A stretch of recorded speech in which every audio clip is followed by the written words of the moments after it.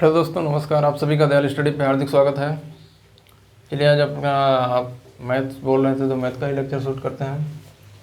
क्या होता है जानते हैं? अभी आप पहले क्लास है मैथ का, तो चलिए इजी टॉपिक्स जानते हैं। टफ टॉपिक में आपको ही बोरिंग लगेगा और आप इधर उधर का ज़्यादा बातें ना करते हुए हम इजी टॉपिक से स्टार्ट करते हैं। हालांकि पढ़ना तो सभी है, लेकिन स्टार्ट अच्छा होना चाहिए। सभी लोग चाहते हैं कि शुरुआत अच्छा, तो अच्छा ही होगा। चलिए स्टार्ट करते हैं। क्या समझ लेते हैं बोट ट्रेन स्ट्रीम क्या होता है। दो तीन पार्ट में इसे ख़त्म कर देंगे। हालांकि एक पार्ट अपना थ्योरी का ही हो जाएगा लगता है, जहाँ तक हो सकेगा देखेंगे, और क्वेश्चन भी करेंगे प्रीवियस ईयर जितने आए हुए हैं। आपको पहले बता दें कि हम पूरे बोट एंड स्ट्रीम में आपको कोई फार्मूला नहीं बताएंगे। अब उधर 9-10 में भी पढ़े होंगे, केवल एक ही फार्मूला आप याद रख लीजिए। हम आपको विदाउट फार्मूला पूरा का पूरा क्वेश्चन सॉल्व करा देंगे। आप देखते हैं, अब केवल छोटा सा फार्मूला याद रख लें, स्पीड इक्वल टू, आप इसी फार्मूला को याद रख लें, काफ़ी है। Time equal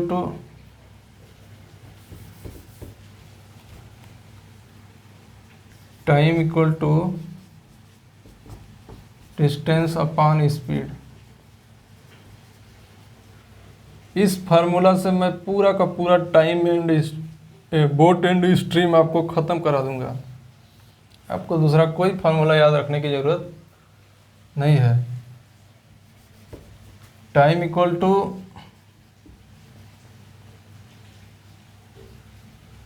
distance upon speed. इससे देखिएगा कैसे होगा। वीडियो में पूरा वीडियो देखेंगे तो काफ़ी मज़ेदार होगी। चलिए देखते हैं। पहले थोड़ा ये देख लेते हैं फ्लो डायग्राम के थ्रू क्या क्या होता है। चलिए जैसे हम मान लेते हैं कि ये अपना पानी है, रुका हुआ पानी है। आप समझ लीजिए, इसके ऊपर एक अपना ये नाव है, जैसे बोट बोला जा रहा है, और ये अपना इधर ज़मीन है, इसके नीचे पानी है। चलिए हम मान लेते हैं कि पानी है, तो पानी चलेगा जब, अभी तो चल ही रहा है, समझ लो, ठहरा हुआ है। तो जब पानी चलेगा तो कुछ ना कुछ इसकी स्पीड होगी। उस स्पीड को हम मान लेते हैं, अज्यूम करते हैं कि जो ये स्पीड है वो y किलोमीटर प्रति घंटा है। किलोमीटर प्रति घंटा, y किलोमीटर प्रति घंटा है। ये क्या है? ये अपना स्पीड ऑफ स्ट्रीम, यानी धारा की चाल जो है। पानी बहेगा तो कुछ ना कुछ जिसकी स्पीड होगी, वही हम मान लिए हैं y किलोमीटर प्रति घंटा। और ये अपना बोट है, इस बोट नाव चलेगा, धारा पानी के ऊपर है, ये जाएगा, तो इसका भी कुछ ना कुछ स्पीड होगा। चलिए हम मान लेते हैं इसका स्पीड है x किलोमीटर प्रति घंटा। ये स्पीड है अपना बोट की। इसमें आपको बात ये ध्यान रखना होगा कि जो बोट है वो कभी धारा के साथ चलेगा और कभी धारा के विपरीत चलेगा। बस ये दो कंडीशन है, इसी पे क्वेश्चन बनेंगे। और आपको कभी डिस्टेंस दिया रहेगा, स्पीड दिया रहेगा, टाइम पूछ लेगा, कभी डिस्टेंस पूछ लेगा, ये दोनों दिया रहेंगे। मतलब तीन में से कोई भी दो दिया रहेगा, एक पूछ लेगा। और दो ही कंडीशन है कि एक धारा के साथ चलेगा और एक धारा के विपरीत चलेगा, यही कंडीशन है। चलिए समझ लेते हैं कि जब धारा के दिशा में, मतलब जब दोनों सेम डायरेक्शन में चल रहे हो, उस स्थिति में क्या होता है। देखिए, जब धारा की दिशा में चल रहे हैं, बोट धारा भी उसी दिशा में चल रही है और अपना जो बोट है वो भी उसी दिशा में चल रही है, तो उस स्थिति में जो अपना दोनों का स्पीड है वो जुड़ जाएगा, जिसे हम नेट स्पीड या रिलेटिव स्पीड कह सकते हैं। तो मान लेते हैं हमारा x प्लस वाई हो गया। x अपना बोट का स्पीड हो गया और ये y हो गया अपना धारा का स्पीड हो गया, और ये दोनों हैं किलोमीटर प्रति घंटा में। और इस स्पीड को हम बोल देंगे नेट स्पीड। नेट स्पीड बोल देंगे। ये आपको प्रॉब्लम आप सॉल्व करेंगे तो देखेंगे कि इसे कहीं ना कहीं डाउनवर्ड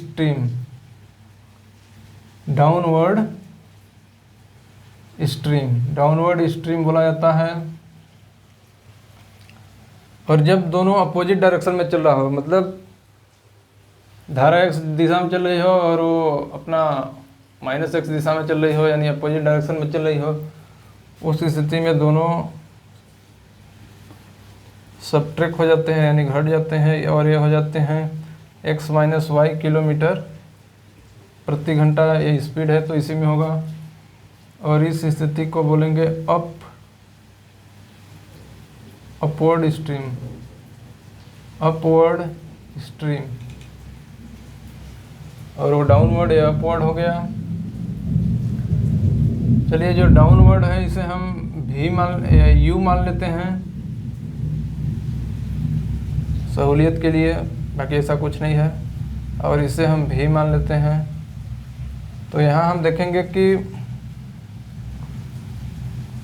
u बराबर x + y आ गया आपका, और v बराबर x - y आ गया,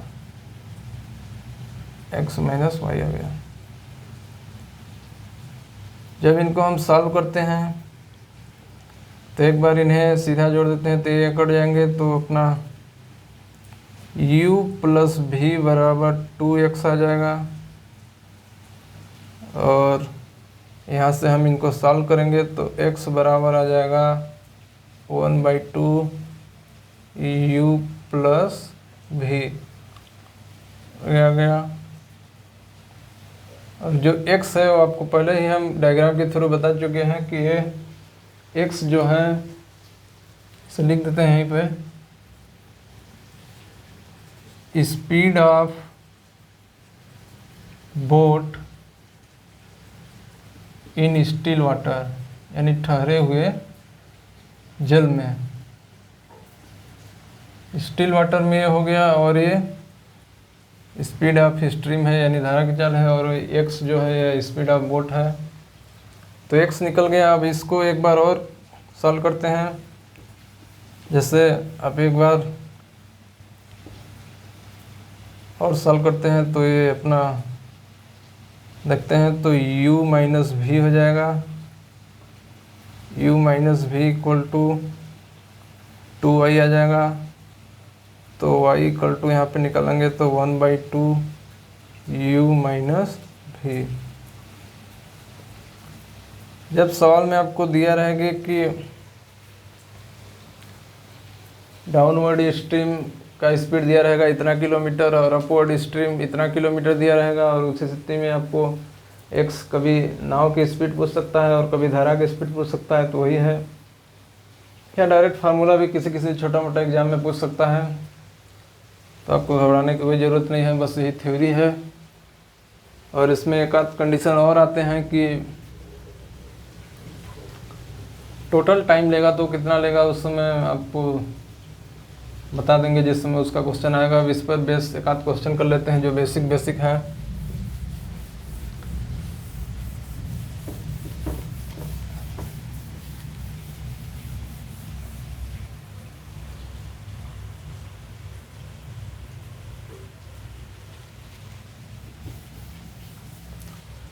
जैसे कोई एक क्वेश्चन ले लेते हैं कि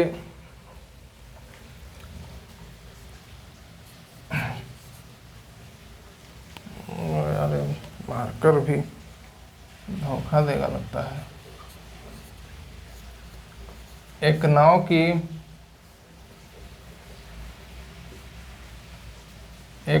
की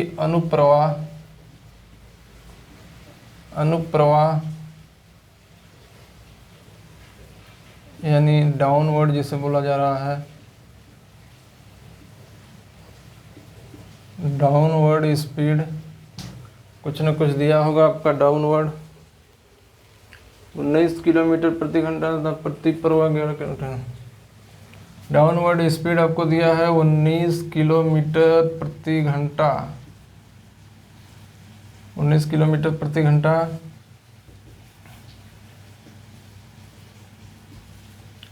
और प्रति प्रवाह एक होता है, हिंदी में नाम इसका है प्रति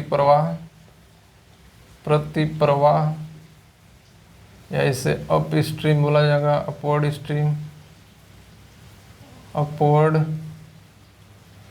स्पीड।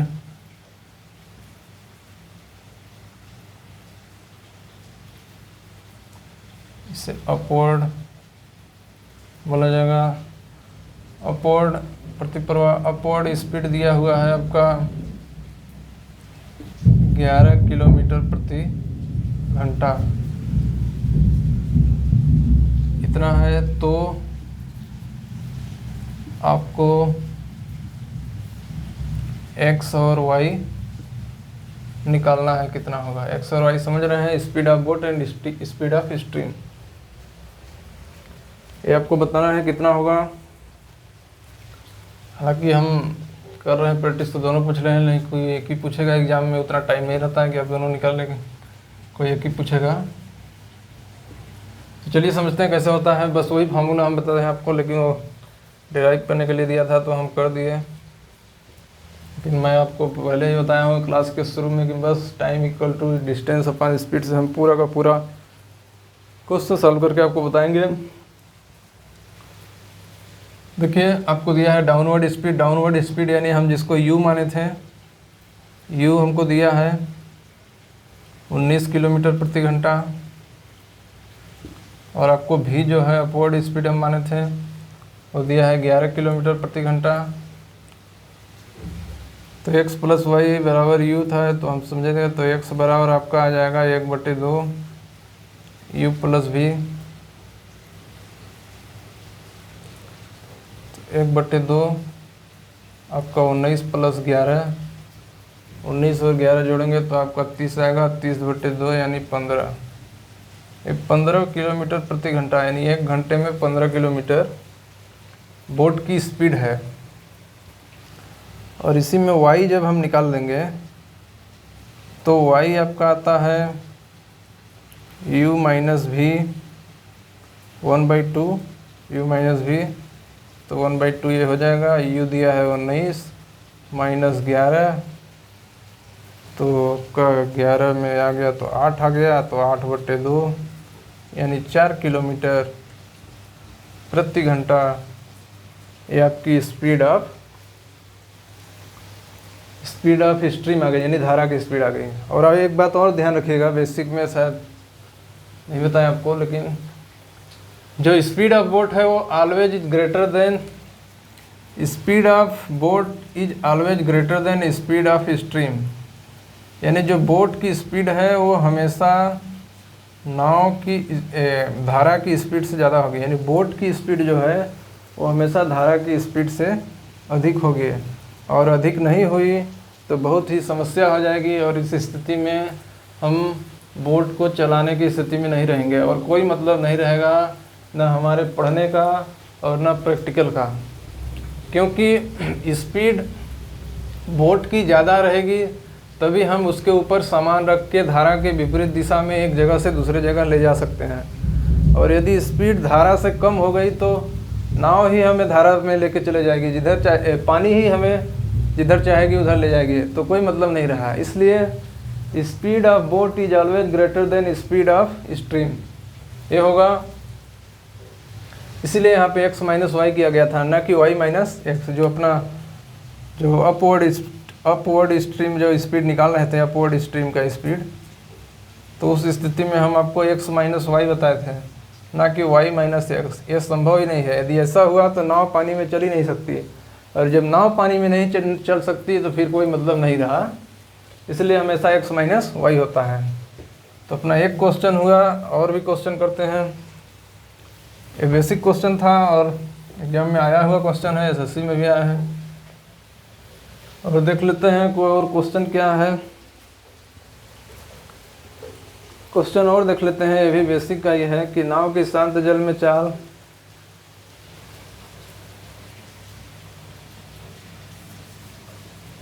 इसी में देख लेते हैं। नाव की शांत जल में चाल, अरे धोखा दे दिया हमको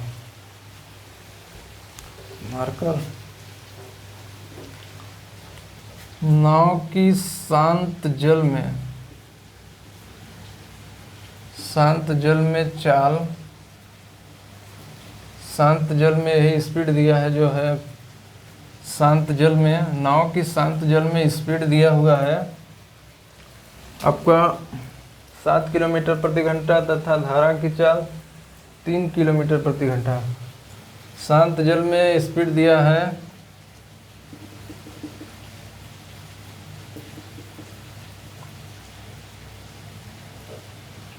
कोई भी ले लो, 9 किलोमीटर प्रति घंटा। और धारा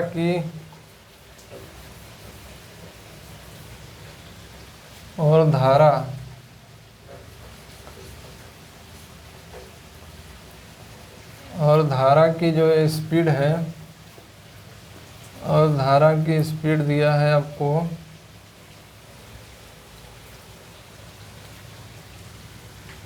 5 किलोमीटर। धारा की स्पीड दिया है 5 किलोमीटर प्रति घंटा, ठीक ना। धारा की स्पीड दिया है 5 किलोमीटर प्रति घंटा। तो नाव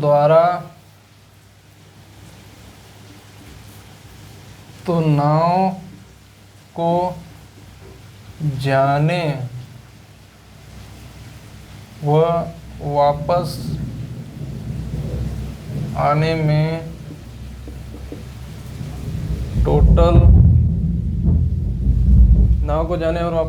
टोटल 14 घंटे का समय लगता है। देखो 14 घंटे का समय लगता है।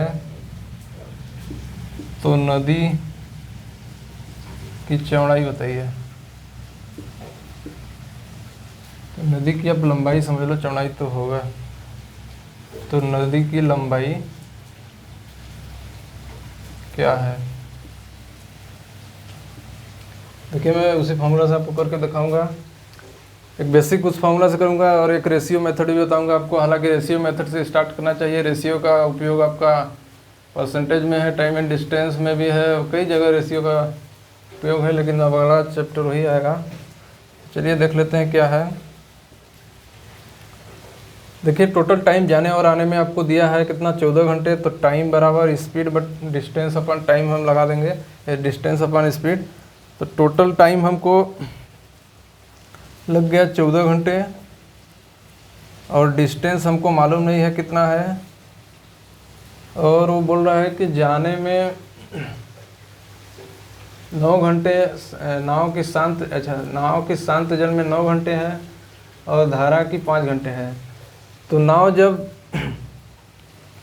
जब डी डिस्टेंस गई होगी तो एक बार धारा के साथ गई होगी और वापस आई होगी तो धारा के विपरीत आई होगी। तो जो धारा के साथ गई होगी उस स्थिति को हम मान लेते हैं, जो धारा के साथ गई होगी उसे हम डाउनवर्ड कहेंगे। और डाउनवर्ड में दोनों का स्पीड जुड़ जाता है, नाव का और धारा का। तो 9 + 5 देखिएगा यहाँ पे, 9 + 5, 9 × 5 = 14 हो जाएगा, ये जुड़ जाएगा। उस स्थिति में और आपको टोटल टाइम दिया है, तो ये जाने में इतना लगा होगा, फिर प्लस जो आने में भी वो डी डिस्टेंस ही कवर किया होगा, और आने में स्पीड घट जाएगा, स्पीड x - y हो जाएगा क्योंकि वो अपोजिट डायरेक्शन में हो जाएगा। तो 9 - 5 करोगे तो 4 आ जाएगा, यहाँ पे 4 आ जाएगा।